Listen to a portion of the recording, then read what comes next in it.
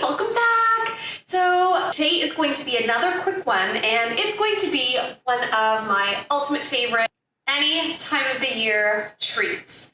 It is my cornflake peanut butter square. So my mom used to make this for me, and I've been obsessed ever since.